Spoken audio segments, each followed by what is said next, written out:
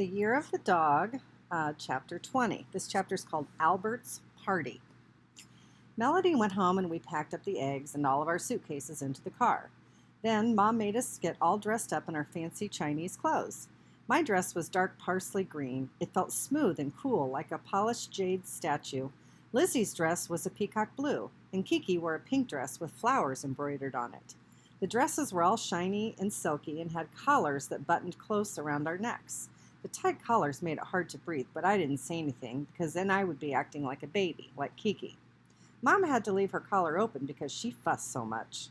Finally, we got in the car and drove to Albert's house. He lived far away, so far that I got to miss school. We didn't have to travel as far as Grandma and Grandpa, though. They were coming all the way from Taiwan to see Albert, but they didn't go to school, so it didn't matter. It was a long drive. Sometimes I steamed up the window with my breath and drew a dog with my finger. I tried to think about what I wanted to be when I grew up, but nothing came to mind. Lissy and Kiki just snored. Sometimes we listened to music.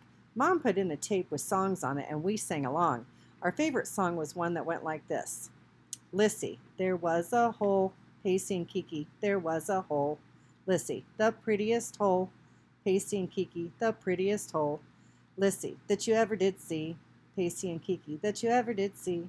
And the song kept going on like that with a bird's nest in the tree that grew from the hole. And we made Mom play it over and over again. Dad got very tired of the song. He said he was going to put the tape in a hole. Here are some illustrations.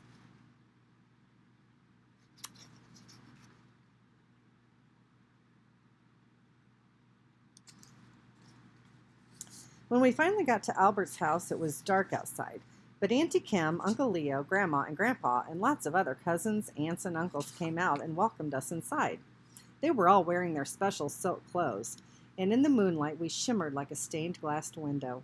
Grandma's dress was a silky silver gray. She glowed like a pearl ring. All of our relatives hugged and kissed us and asked, "Jaba Bay?" over and over again, and that meant, "Have you eaten yet?" in Taiwanese. I thought that was a silly question. Of course we hadn't eaten yet. We'd all been in the car the whole time. It was so crowded in the house. Red eggs were everywhere. Albert's name was written in Chinese on big pieces of red paper. Grandma and Grandpa hugged us again and again. We hadn't seen them in a long time. Cousin Jimmy, Sylvia, and Austin were there, and so were Uncle Wally and Aunt Judy. So many people.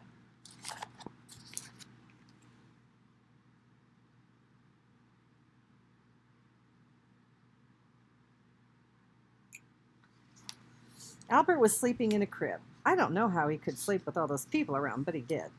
He had a round, fat face with red cheeks. He looked like a red egg, but it could have been because he was sleeping on all those red envelopes. Relatives kept coming by and slipping those envelopes stuffed with money into the crib. It reminded me that I still had to think about how I was going to get rich. Lucky Albert, he was already rich. On the table there were brown stir-fried noodles, cooked duck shining with fresh oil, fresh lychees with their prickly pink skins, eggplant and brown sauce, shrimp with vegetables, snow-white rice, and puffy white pork buns with flame-colored meat. There was also a big bowl of yellow ginger and chicken soup. Only women can eat that, Uncle Leo told us. It gives them energy so they can take care of babies. Since Lissy and Kiki and I were girls, we decided to try a little. Besides, it was fun to be able to eat something the boys couldn't have. It was thick and oily tasting. We didn't really like it, but we pretended that it was delicious just to make Cousin Jimmy jealous. While we were all at the table, Uncle Sam came downstairs to welcome us. Jaba Bay, he asked us, "Have you eaten yet?" They kept asking that. Grown-ups were so silly. "We're eating right now," I said. Everyone laughed. I didn't understand why they were all laughing at me. "What's so funny?" I demanded. Mom explained to me that even though Jaba Bay meant "Have you eaten yet?" it was also a Taiwanese way of just saying, "How are you doing?" "It's because food is so important to us," Uncle Leo told me. "Everything is about food." "Yes," Auntie Kim said, and she pointed to Albert's name banner. "Do you know what Albert's name means? It means cooking duck. See, we even name you kids after food." "Really?"